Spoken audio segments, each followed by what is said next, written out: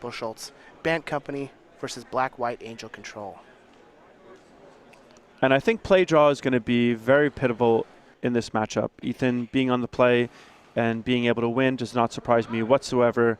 I think there's a very good chance that Evan is able to take this game, but then when we go back to game 3, Ethan will be able to be on the play and will likely take the match. So I expect a good 3 games here, or 2 more I should say. I think that Ethan's going to take it when he has the initiative. I suppose the tempo is pretty important. The tempo is very important when you're playing with cards like Thalia and Reflector Mage. And I'm actually curious to see if Ethan has Reflector Mage in his list. Let's see here. It looks like, yes, we do have Reflector Mage in Ethan's list. Excuse me, Thalia, which he does. He also has Thalia. He has 3 Thalia, so fully committed. Probably can't play 4 Thalia in this deck. This looks like Evan is going to be mulliganing down to 6.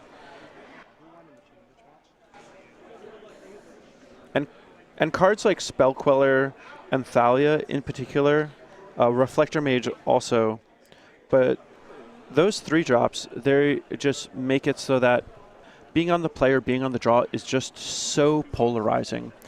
Specifically, though, they work exceptionally well against other creatures, which is predominantly what this format is. It's about creatures. Evan having a bunch of removal, though, is going to have a little bit more game playing against them. All right, well, Evan is going to keep his 6 and scry the card to the bottom.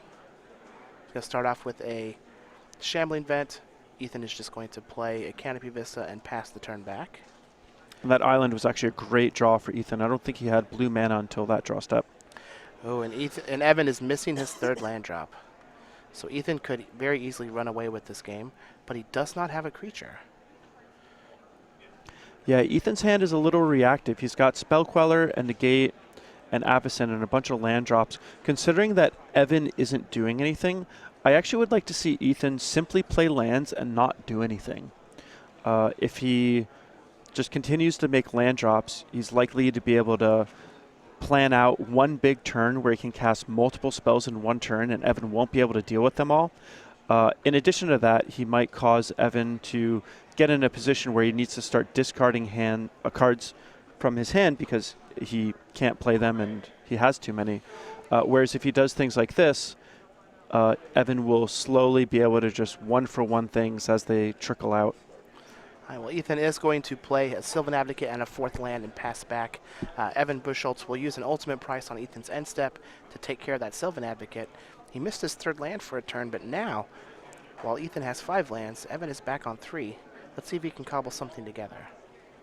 Yeah, and if Ethan had not played the Sylvan Advocate on the previous turn and just passed, on this turn he would be able to play Sylvan Advocate and have Spell Queller as backup. And then if he was able to untap from there, he could potentially have access to not only Avacyn but the Negate, which would be quite backbreaking. Well, Ethan is just going to play his 6th land and pass the turn back to Evan. See if Evan found a 4th land. He did not. We do have a Read the Bones, though. This seems like a real juicy Spell Queller target. Well, yes and no. It's I believe it'll mean that Evan is going to have to discard to hand size, even if he finds a land that he can play. So while it helps him find a land, I think I'd prefer to just flash in the Avacyn, because it's the bigger body, the bigger clock, and you can save your Spell Queller for something that actually impacts the board. All right, well, he is just going to keep the 2 on top, draw them both as their lands, play a Forsaken Sanctuary, and discard a Gisela to hand size. Ethan's going to play an Avacyn on Evan's end step, start off his turn with an attack from that Archangel Avacyn, play a Lumbering Falls, and pass the turn back. And now between Spell Queller and Negate, this game is practically over. So we'll see what Evan can do. It's going to be a tough one. All right, Evan does have his 5th land. He has a full grip of cards. Let's see if he can cobble together some number of removal spells to handle the board. Ruinous Path is going to be the starter. And I would really like to see a Spell Queller on this. Ethan will still have the Negate, and it adds more power and toughness onto his board, so he can put Evan on a very tight clock. I think Evan might also have a 2nd copy of Archangel Avacyn, which is pretty nice. Yeah. Negate is going to counter the Ruinous Path.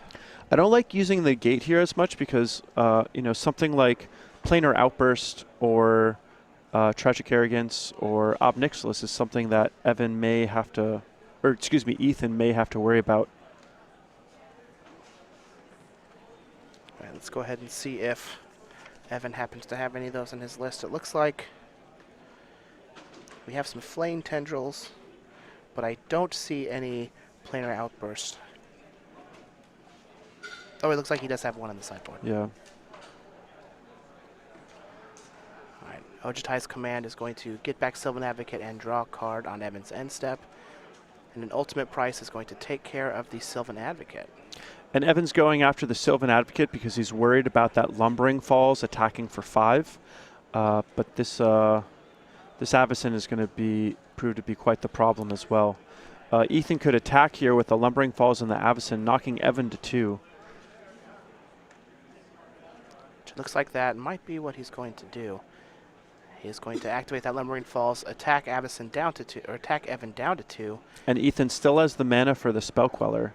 So even if things go wrong, depending on how badly they go wrong, Ethan may still have a lethal attacker.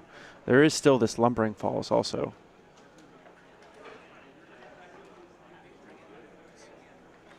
Evan has an Anguished Unmaking in his hand that he actually can't cast. Yeah.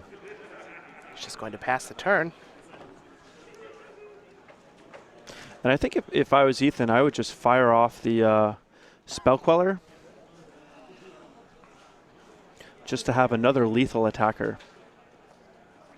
It's almost the same casting it or not casting it, but if you cast it, you may just draw something else, and you can just overload your opponent's mana, make it so that you're casting too many things for him to actually handle.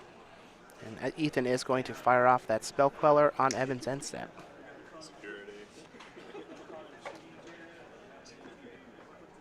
And now all Ethan needs to do is probably fire up the Lumbering Falls, attack with everything, and that's going to be game.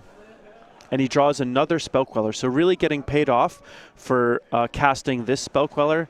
And now Ethan swings in. Even Evan, after having some mana problems, is not going to be able to handle the assault. And Ethan Phelps takes it. Well, Ethan Phelps is going to take this match 2-0 over Evan Buchholz. BALT Company is going to move on to our semifinals. Congratulations, Ethan. Evan, unfortunately, that game did not look very nice. You mulliganed, you scryed, kept it on the top, and just didn't play lands for a few turns. Yeah, being in a top 8 and mulliganing when you're already down a game never feels good.